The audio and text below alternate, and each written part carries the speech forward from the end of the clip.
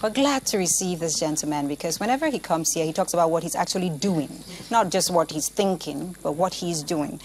He is the coordinator of Support Humanity Cameroon, a grassroots-based humanitarian development and environmental association. So it's a timely visit here. Sunday, Geofrey, you're welcome. No, it's okay. Thank you, Patience. Yes, you're welcome. It's always good being here. Yes, and as I said, you're the action man. And we want to, first of all, learn from our mistakes and then what you are doing to remedy.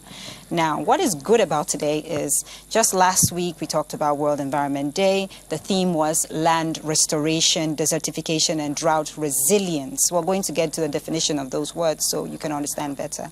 But then yesterday, the world marked the day to combat against desertification and drought. So this topic keeps coming over and over and we need to pay extra attention. First off, let's define the theme of World Environment Day Sunday. Land restoration. What does that mean? Well, Patience, land restoration basically will mean that we take positive actions to enrich the earth of our land, maybe by planting trees, maybe by using organic products instead of synthetic chemicals. I mean, generally taking positive action to improve on soil health. Yes, and then desertification itself, Clarice had her definition, but what's yours to simplify it as much as possible? Well, I just want to say, instead of defining, I just want to say that desertification in Cameroon is mostly felt in the Sahelian regions, okay, in the far northern regions, where we have the Sahara Desert that is actually extending into part of land that has been inhabited by the population. What causes this? Well, mostly for land degradation. From my personal experience, we've had cases of population growth. It has been, with population growth, people who want to improve, want to extend on their farmlands, and I don't know whether conscious or unconsciously they cut down trees without any control. Mm-hmm. We've also had issues of overgrazing.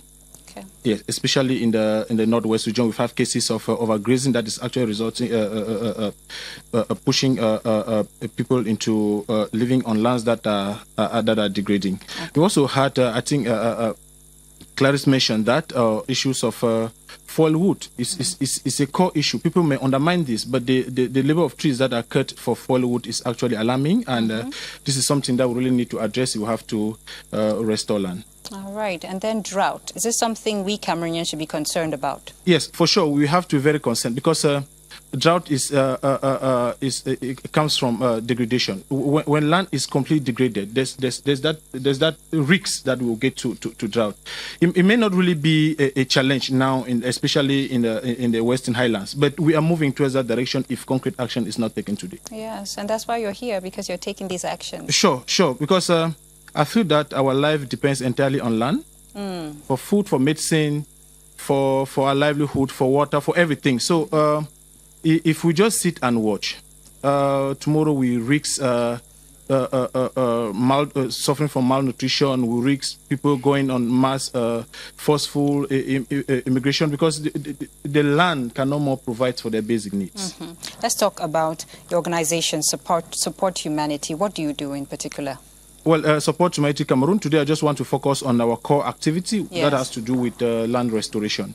So we initiated the restoration of the Bamukumbit Integrated Community Forest in northwestern Cameroon, where we intend to restore the ecosystem and biodiversity functions of 151 hectares of degraded land. And this landscape is a shared landscape between the pastoralists and the local population, who are dominantly smallholder farmers. Okay. So there have been tension between these communities that are related to land degradation, because degradation means that water sources are running dry. It means that farmers can no more produce crops as they used to do, and they want to extend their farmlands. It means that pastures are degraded and grazing activities is becoming more challenging. So these communities have been fighting over these natural resources, and we thought that bringing them together and engaging them in restoring restoring land may not only generate environmental, economic benefits, but will also bring some social benefits to this community. So we initiated this project, and since 2019, we have been engaged in these communities in tree planting programs. We've planted over 25,000 trees, and most importantly, patients, it's good to say that we are following up closely to make sure that these trees actually survive to serve the intended purpose. Okay. We've also provided capacity building, and today we have over 500 persons who are practicing agroforestry. We've provided livelihood support in areas of organic farming, working with the Mboro women most specifically. We have also introduced beekeeping, because we feel that these activities, economic activities, are very important to build the resilience and maybe the adaptive capacities of these communities. You know, it's not only about land degradation, is also about climate change, because climate change is also a contributing factor to land degradation. And how so? How so? How is it a contributing factor? Well, the temperatures are increasingly warming. Okay. Today, sometimes we're having less rain, prolonged dry season, and prolonged dry season, yes, it provokes land restoration and also contributes to land degradation. Yes. So, and all of this makes communities more vulnerable to climate change. So. Okay. So if we don't just design projects to improve on soil health. We're thinking first about the well-being of the communities, and that's why you see in our project the communities are at the heart. You see people who have been planting trees since 2019 to 2024. They are still with us doing voluntary services to support this, because they understand the context. Exactly. They understand the context. They have been feeling the pains brought about by land degradation and climate change. They see the reality of what you do. But understand the reality. I just want to find out from you, because you really paused and insisted that the tree planting process is supervised to ensure that the trees continue to grow. Is there something that is done that could impede this? Well, like when you plant the trees, yes, and you walk away saying, yes, I planted the trees. It's wrong. We need to follow up continuously. Why? Yes, sure, Patience. You know, most people, we talk about tree planting, people are excited, they go plant trees, and they never come back to see if those trees have survived. Yes. The essence is not just planting trees. The essence is that you plant the tree, you do the follow-up, so the tree will actually serve the intended purpose. Okay. Trees are planted for different purposes, for food, for water, for habitat restoration and stuff. Yeah. So here is, for me, it's very important that we get back to see how the trees are doing, and that's what we do. Yearly, we organize activities first to do fire tracing. We organize local dialogues with communities to make them understand the importance of taking care of these trees. Recently, we're doing mulching, applying what's that? Mulching the trees, doing ring weeding and mulching the soil, so we can increase the level of water infiltration. I see. Because you have to boost the growth of the trees. We're working on a landscape that was completely degraded. So just planting the trees is not enough. There are techniques that you must apply for these trees to maybe to grow faster, and also to be sure that they survive beyond just the planting phase. I love that. Sunday, I want to find out from you, what are the challenges? Because you have been carrying out your mission unfailingly, but there must be some challenges you've met with. For sure, Patience. You have to understand that landscape restoration is not just about taking the simple act of planting trees. It's a process. And so this process needs quite a lot of money, because first you have to establish a nursery, you have to involve the communities, you have to, and sometimes most of the sites that are degraded are far off from communities, so transportation is a huge issue. So around these issues, finances is a key challenge that we are really having. And working in a region that has been affected by crisis, most people feel that land restoration is not a priority. So most stakeholders don't feel that this is the moment for them to invest in restoring degraded land. So that has been one of the huge challenges that we have been facing. And but then we've had some support too from individuals, some people of goodwill, and from some institutions. Okay. And the second challenge is technology. You know, the world is evolving really fast. And when you have to do restoration, you have to do follow-up. And this follow-up must not be manual. You know, there are a lot of tools now. Like, we're already introducing technology, using solar panel to irrigate water to support our nursery.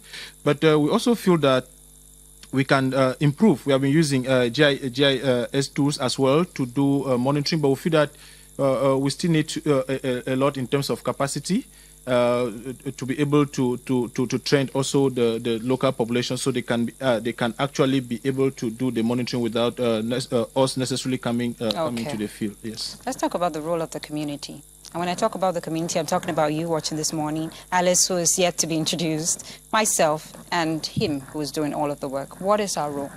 Yes, land restoration will have to do with all of us, because when we talk about water scarcity, it affects everybody. You may feel that you are very safe in Yaoundé. You are not in the northern regions. You are not in the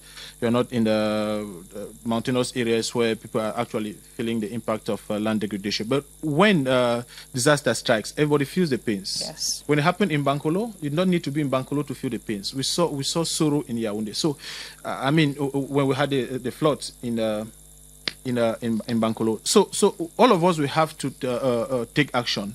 And one of the key things that I really want to appreciate is what WWF is doing, raising awareness. Because when people are not conscientized, they don't take action. And that's why we're also here.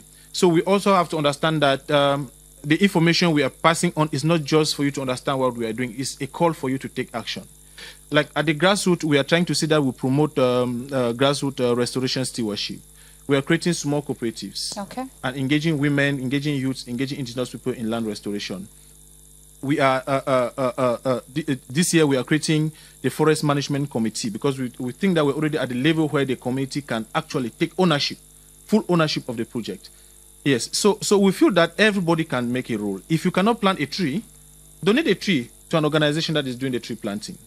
If you cannot plant a tree, I mean, pass on the message to another person. Make people understand that tree planting can actually save us from the climate crisis that we are facing. That's amazing. Well, thank you so much. Do you have any upcoming projects?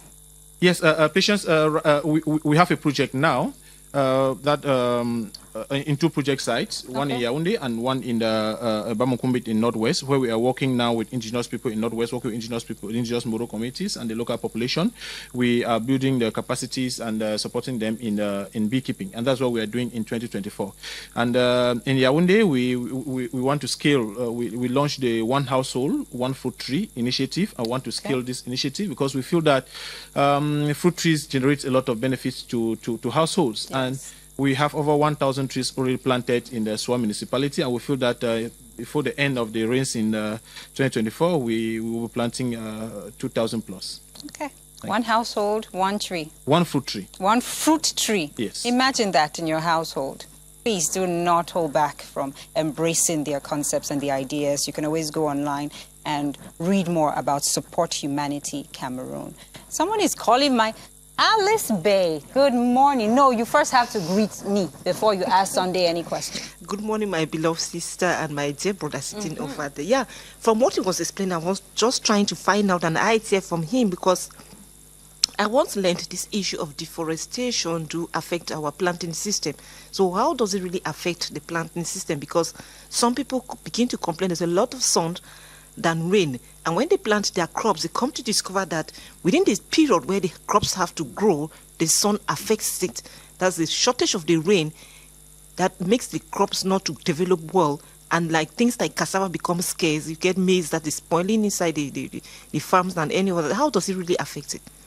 I think I may not have the facts to really say that the rains are dropping. The quantity of rain that we used to have has dropped. I may not have the facts.